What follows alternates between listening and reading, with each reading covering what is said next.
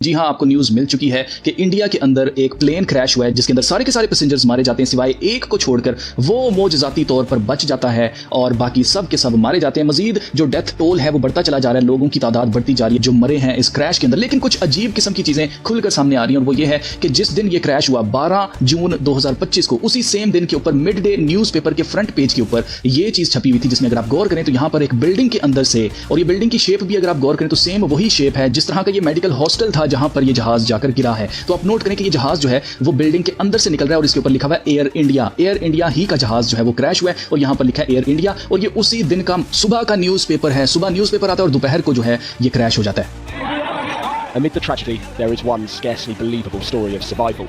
Fishwash Kumar Ramesh from Leicester, who somehow walked away from the wreckage, telling Indian television about... अगर आप यहाँ पर गौर करें तो एक मेन चीज आपको दिखाना चाहता हूँ, उसकी तरफ आपका ध्यान दिलवाना चाहता हूँ। जो सर्वाइवर है उसकी सीट नंबर था 11 सीट नंबर, और जिस बेड पर वो डाला जाता है हॉस्पिटल के अंदर, सिविल हॉस्पिटल में, आप नोट करें उसका नंबर भी 11 है। इतना ज्यादा कोइंसिडेंस नहीं होता है अजीजों, ये सब कुछ स्पिरिचुअल है और ये एक मैस सैक्रिफाइस था लूसीफर के लिए। आपको मैं बता चुका हूँ कि लूसीफर का नंबर 11 है और ये सब कुछ है क्या, ये प्लेन क्रैशेस रुकने वाले नहीं है। मैं आपको बताना चाहता हूँ मजीद अभी और प्लेन क्रैशेस होंगे, और ये मैं कोई हवा में बातें नहीं कर रहा हूँ। आप देखेंगे कि मजीद आपको एयरप्लेन क्रैश होते हुए दिखाई देंगे, ऐसी न्यूज आएगी। मैं नहीं चाहता हूँ, खुदा सबकी हिफाजत करे, मैं नहीं चाहता हूँ कि किसी का भी नुकसान हो, कोई भी जान से जाए, लेकिन ये सब कुछ पहले से तय है क्योंकि ये ऑलरेडी प्लान्ड है। सारी न्यूमरोलॉजी जो है वो हमें बता रही है, और मैंने जैसे आपको शुरू में बताया कि न्यूज़पेपर के कवर के ऊपर ये जहाज जो है वो बिल्डिंग के अंदर से निकलता हुआ दिखाया गया था। फिर सिर्फ यही नहीं, अगर आप गौर करें तो एक सीएम है विजय रूपानी, ये भी मारे जाते हैं इस क्रैश के अंदर, जिनका लकी नंबर था जी 1206 नंबर के ऊपर अगर आप गौर करें तो 12 और 0 की वैल्यू नहीं होती है 6, 12/6 यही सेम तारीख है जिस तारीख को प्लेन क्रैश होता है, यानी कि 12 जून। और आप नोट करें कि 6 और 12 को जमा करेंगे तो ये नंबर 18 बनता है। नंबर 18 666 मुखालिफ मसीह की छाप का नंबर है जो मैं आपको बार बार बता चुका हूं। मजीद अगर आप गौर करें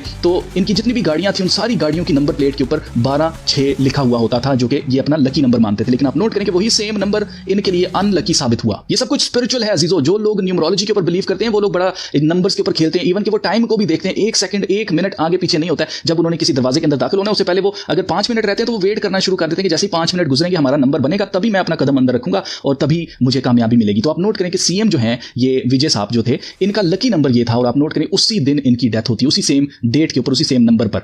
तो ये सब कुछ स्पिरिचुअल आलम में हो रहा है अजीजों। मैं आपको बताना चाहता हूं ये जो रूहानी आलम के अंदर चीजें हैं, खास तौर से जो डीमंस हैं जैसे लूसीफर है, ये खून मांगते हैं। तो आप नोट करें कि इतने सारे लोगों का सैक्रिफाइस दिया गया लूसीफर को ताकि मुखालिफ मसीह की लूसीफर की बादशाहत लाई जाए। अजीजों मैं आपको बताना चाहता हूं सैक्रिफाइस का मतलब क्या होता है। सैक्रिफाइस का मतलब ये होता है कि एक मर जाए या थोड़े मर जाए और बाकी सबको बचा लिया जाए, किसी के लिए मारा जाता है। और अगर आप गौर करें तो ये जो लूसीफर के मानने वाले लोग हैं, शैतान के मानने वाले लोग हैं, ये शैतान से पावर हासिल करना चाहते हैं। जैसे शैतान यीशु मसीह के पास गया था और उसने कहा था कि अगर तू मुझे सजदा करे तो मैं दुनिया की सारी शान और शौकत तुझे दे दूंगा। तो सेम इसी तरह से ये शैतान के पुजारी क्या करते हैं, मजीद पावर हासिल करने के लिए, अपने एजेंडा को पूरा करने के लिए बलि तक चढ़ा देते हैं। तो ये बलि है जनाब इतने सारे लोगों की, जो कि अगर आप गौर करें जैसे ही ये प्लेन टेक ऑफ करता है विद इन 30 सेकंड्स ये क्रैश कर जाता है। और मजीद अगर आपने यहाँ पर गौर किया हो तो ये जो शख्स है, मैं आपको बताना चाहता हूँ कि ये शख्स कहीं से भी इसने छलांग नहीं मारी है, ये जहाज पर था ही नहीं। ये जो मैं इतना बड़ा क्लेम कर रहा हूँ, मैं क्यों कर रहा हूँ आप जरा वीडियो में देखिएगा। इस शख्स ने इतनी ऊंचाई से जैसे टेक ऑफ किया प्लेन, ठीक है, जैसे इसमें खराबी हुई, गिरने से पहले कुछ देर पहले इसने जंप मारी। और आप नोट करें कि ये शख्स बिल्कुल सही यहाँ पर चल रहा है, बिल्कुल सही चल रहा है, इसकी टांग के अंदर कोई चोट नहीं है। आप देखिए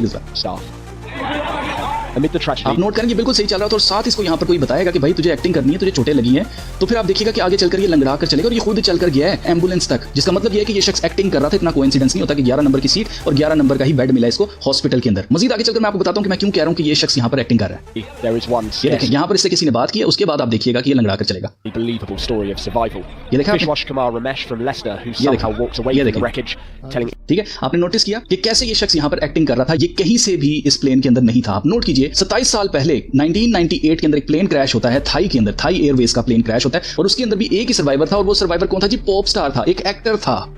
कैन यू बिलीव, एक एक्टर था। और अगर आप यहाँ पर तस्वीर देखें तो इन दोनों की चोटें कितनी सिमिलर हैं। इसकी चोट भी इधर आंख के पास लगी हुई है सिर्फ, और यहाँ पर एक आंख इसकी सूजी हुई है। आप नोट कर रहे हैं, सेम उसी तरह से ये लंगड़ा के चल रहा है, 2 बंदों के सहारे से चल रहा है, उसी तरह से ये भी लंगड़ा के चलने की एक्टिंग कर रहा था।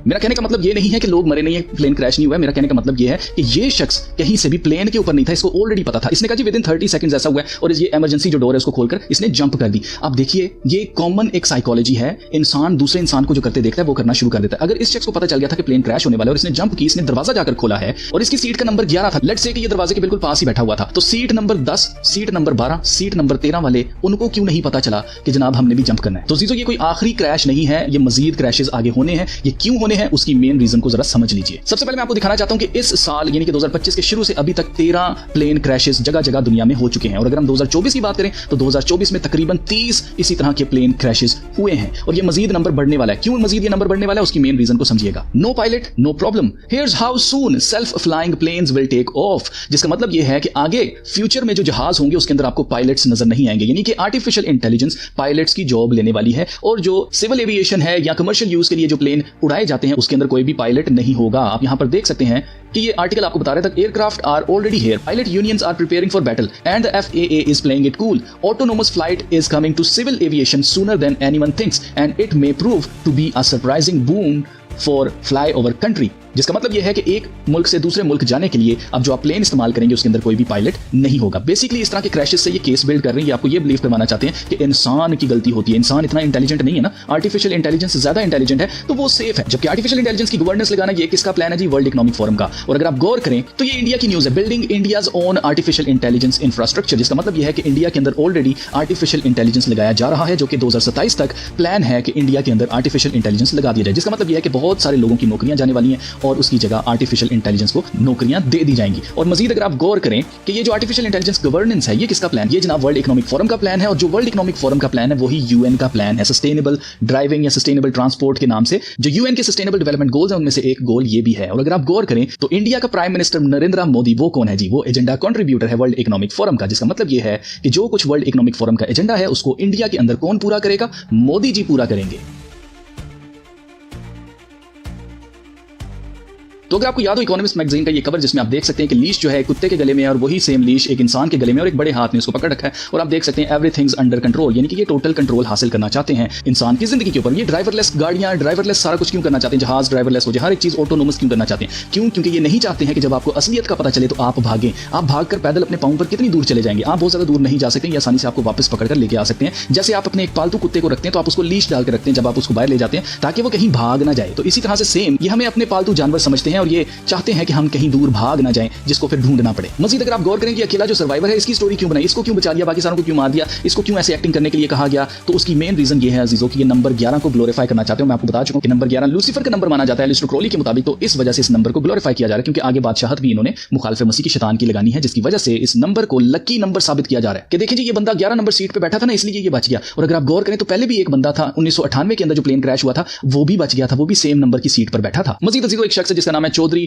गोगराज नेहरा, इसने जी जनाब प्रिडिक्ट किया था 1 दिसंबर 2024 को। इसने ये लिखा था plane will crash on 12 June 2025 in Ahmedabad the state of Gujarat city of India around noon, such are my predictions, I wish everyone's well being. तो ऐसा लगता है कि जैसे इस शख्स को पहले से पता था कि ये प्लेन क्रैश होने वाला है। तो इस शख्स को कैसे पता था कि 12 जून को ही और वो भी अहमदाबाद के अंदर ही प्लेन क्रैश होगा? तो ऑब्वियसली ये पोस्ट एडिटेड है, बाद में ये पोस्ट एडिट करके लगाई गई। और अगर ये पोस्ट बाद में एडिट करके नहीं लगाई गई, लेट्स से किसने 1 दिसंबर 2024 को ये प्रेडिक्ट किया था, तो जैसे मैंने आपसे शुरू में कहा कि दिस इज ऑल स्पिरिचुअल। और दूसरे नंबर पर इट वाज ऑल प्लान्ड। क्यों? क्योंकि ताकि आपको साबित किया जाए कि इंसान जो है उससे गलती होती है, वो इतना इंटेलिजेंट नहीं है कि वो जहाज उड़ा सके या गाड़ियां ड्राइव कर सके। इसलिए हमें जरूरत है आर्टिफिशियल इंटेलिजेंस की जो इंसान से कई गुना ज्यादा इंटेलिजेंट है, ज़हीन है, वो हमारे लिए सेफ है। तो ये सब कुछ सिर्फ मुखालिफ मसीह की बादशाहत की रात यार हो रही है और ये सिर्फ केस बिल्ड किया जा रहा है ताकि आर्टिफिशियल इंटेलिजेंस का इंफ्रास्ट्रक्चर लगाया जा सके। ये आर्टिफिशियल इंटेलिजेंस का इंफ्रास्ट्रक्चर क्यों लगाना चाहते हैं? तो उसकी मेन रीजन ये है कि आर्टिफिशियल इंटेलिजेंस जो ये कहते हैं खुद से काम करती है, वो खुद से काम नहीं करती। उसके पीछे जो इंजीनियर्स हैं आर्टिफिशियल इंटेलिजेंस को चलाने वाले, वो ऑलरेडी इनकी मुट्ठी के अंदर हैं और ये इस टेक्नोलॉजी की मदद से सब कुछ कंट्रोल कर सकते हैं। टोटल कंट्रोल जो इनका ख्वाब था वो ये हासिल कर सकते हैं।